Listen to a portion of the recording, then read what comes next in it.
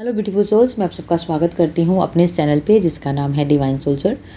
दोस्तों, आज हम बात करेंगे कि हमको कैसे पता चले कि हमारा जो डीएनए है वो हमने क्लीन कर लिया है या नहीं किया है, या अभी भी हमारे ऊपर हमारा जो डीएनए है हावी है या नहीं है।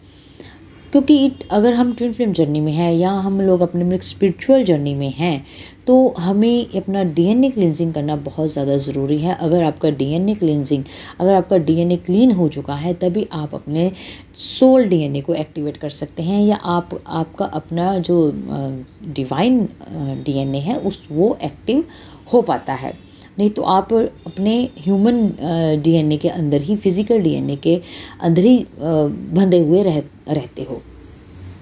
ठीक है, तो देखिए, अगर आप अपने आप पर स्पिरिचुअल वर्क कर रहे हैं और अपनी जर्नी में अपने पॉजिटिव तरीके से आगे बढ़ रहे हैं, लेकिन फिर भी आपके आसपास कार्मिक सिचुएशन है और आप उसमें घिरे हुए हो और वो चीज़ से आप बाहर नहीं निकल पा रहे हो, तो इट मीन्स आप अभी भी अपने ह्यूमन डीएनए यानी कि फिजिकल डीएनए के घेरे में हो। आप अभी भी जो आपको अपनी बॉडी का जो डीएनए है उसके अंदर जकड़े हुए हो। अब इसकी वजह भी आप जानना चाहोगे कि ऐसा क्यों। देखिए, जो हमारा फिजिकल डीएनए है वो हमें हमारे पूर्वजों से मिलता है, और जो उनके अंदर क्वालिटीज़ होती हैं या उनके जो प्लस पॉइंट या माइनस पॉइंट होते हैं वो भी हमारे अंदर आते हैं, और हम उसी को अपना मानकर अपने आसपास के माहौल को क्रिएट करते हैं और उसी में हम लोग रहना पसंद करते हैं, या उस धारणाओं से जो हमारे डीएनए के थ्रू हमारे अंदर आती हैं, हम उसी धारणा में रहना चाहते हैं। रीज़न कोई भी दे सकते हैं हम लोग। अब सपोज कीजिए, अगर आप एक कार्मिक सिचुएशन में हैं, अगर आपके साथ कोई कार्मिक रिश्ता है, वो कोई भी रिश्ता हो सकता है, अगर आप उसके साथ जुड़े हुए हैं तो आप उस कार्मिक रिश्ते से बाहर नहीं आ पा रहे हैं, या वो कार्मिक जो आपके साथ है वो आपको छोड़ने के लिए तैयार नहीं हो रहा है, तो गलती सामने वाले की नहीं है और गलती आपकी भी नहीं है। ये आपका जो डीएनए है, जो आपका फिजिकल डीएनए है, वो अभी आपके ऊपर हावी है। अब इस पे भी थोड़ा सा गहराई में जाकर बात करते हैं। अब सपोज़ कीजिए कि अगर आप किसी कार्मिक सिचुएशन में हैं, तो अगर आपके आसपास कार्मिक लोग हैं, देखिए कार्मिक लोग बुरे नहीं होते, कार्मिक लोग वो होते हैं जिनके साथ हमारा पास्ट लाइफ का कर्मा होता है, और हम अपने इन प्रेजेंट लाइफ में उस कर्मा को कंप्लीट करते हैं उनके साथ वैसा बिहेव करके या उनके साथ वैसे रिश्ते में रहकर। ठीक है, तो अगर आप ये सोच रहे हो, मतलब अगर आपके ऊपर आपका फिजिकल डीएनए हावी है, तो आप अपने कार्मिक सिचुएशन को खुद ही नहीं छोड़ पाते। आप उसको ना छोड़ने का कोई ना कोई रीज़न देते हो, या आप ये बोलते हो कि ये मेरे कर्मा है, या फिर आप ये सोचते हो कि मैं इनको कैसे छोड़ सकती हूँ या छोड़ सकता हूँ, या आप ये बोल सकते हो अगर मैंने इनको छोड़ दिया तो इनका क्या होएगा। तो ये सारी चीज़ें आपके फिजिकल डीएनए के अंदर है, तो इसीलिए ये चीज़ें आपके ऊपर हावी होती हैं। तो इट मीन्स आपके ऊपर आपका फिजिकल डीएनए हावी है। अगर आपके ऊपर आपका फिजिकल डीएनए हावी है, तो आपके जो सामने जिनके साथ आपके कर्मास हैं, जो आपके कर्मा की वजह से आपके साथ जुड़े हुए हैं, वो भी सेम चीज़ सोचते हैं, और वो सेम टू सेम आपको आपकी कार्मिक सिचुएशन से बाहर नहीं निकलने देते। रीज़न वो भी कोई ना कोई दे सकते हैं। वो भी ये बोल सकते हैं कि हम तुम्हारे बिना नहीं रह सकते, या हम तुम्हारे बिना अधूरे हैं, या हमारा आपके बिना गुजारा नहीं है। यानी कि मोह के अंदर, मोह माया जिसको बोलते हैं, वो उसके अंदर आपको बांध के रखना चाहते हैं। वो आपको इसीलिए बांध सकते हैं क्योंकि आपके ऊपर आपका डीएनए हावी है। तो ये चीज़ आपको समझनी है। ये मैं इसलिए बता रही हूँ क्योंकि इस जर्नी के लिए ये एक बहुत इम्पॉर्टेंट पार्ट है कि आपको अपना फिजिकल डीएनए जो है उसको क्लींजिंग करना, उसको क्लीन करना बहुत इम्पॉर्टेंट है। क्योंकि अगर आप अपने फिजिकल डीएनए को क्लीन करते हैं, जब वो आपका फिजिकल डीएनए क्लीन होता है, तभी आपका डिवाइन डीएनए एक्टिवेट होता है। जब आपको डिवाइन डीएनए एक्टिवेट होता है तो वो आपके फिजिकल डीएनए के ऊपर हावी हो जाता है। तो जब डिवाइन डीएनए एक्टिव होता है तो इट मीन्स आप पीस में, बैलेंस में हो जाते हो। अगर आपके ऊपर ह्यूमन यानी कि आपका फिजिकल डीएनए हावी है, तो इट मीन्स आप अभी अवेक नहीं हो प्रॉपर तरीके से। आपको अभी तक अपनी कार्मिक सिचुएशन से बाहर निकलना नहीं आया है, क्योंकि आपके ऊपर अभी आपका डीएनए हावी है, फिजिकल डीएनए हावी है, जिसकी वजह से आप अपनी कार्मिक सिचुएशन से बाहर नहीं निकल पा रहे हैं, आप अपनी कार्मिक सिचुएशन से को ख़त्म नहीं कर पा रहे हैं। ठीक है, तो अभी आप बैलेंस और पीस में नहीं आ सकते। टेम्परेरी आएंगे लेकिन परमानेंटली नहीं आते, क्योंकि आपके ऊपर क्या है, आपके ऊपर आपका फिजिकल डीएनए भारी है, आपके ऊपर वो आपकी सोच के ऊपर भारी है।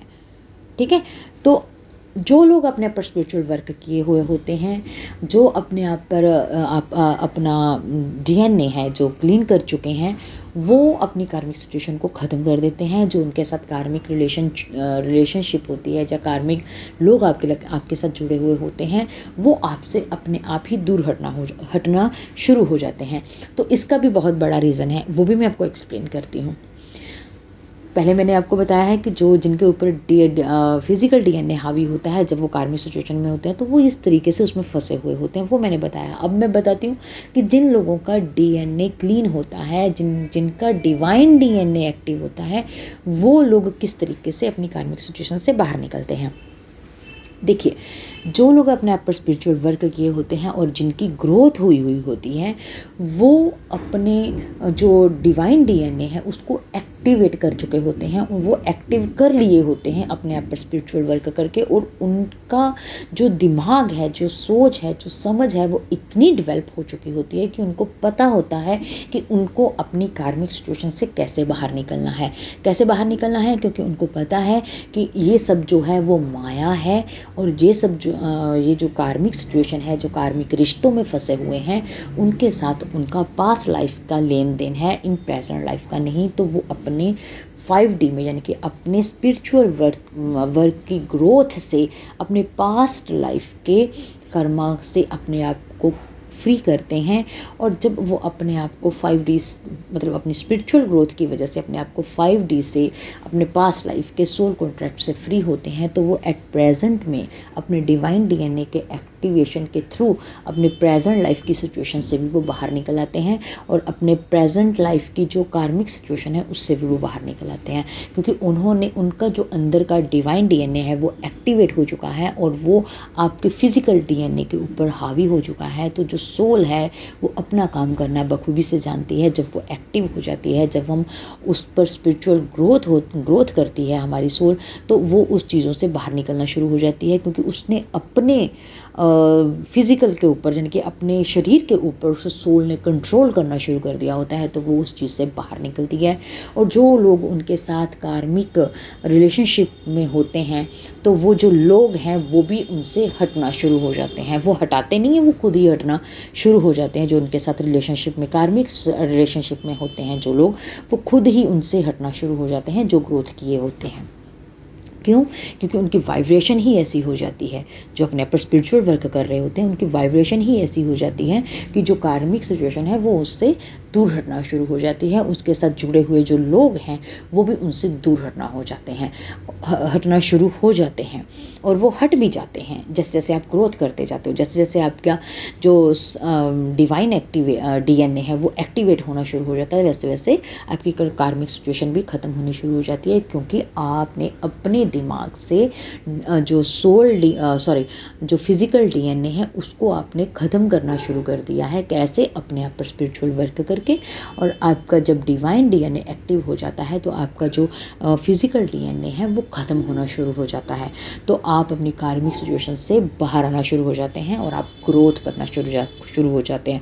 तो आपके आसपास की जो कार्मिक सिचुएशन होती है वो भी ख़त्म होना शुरू हो जाती हैं।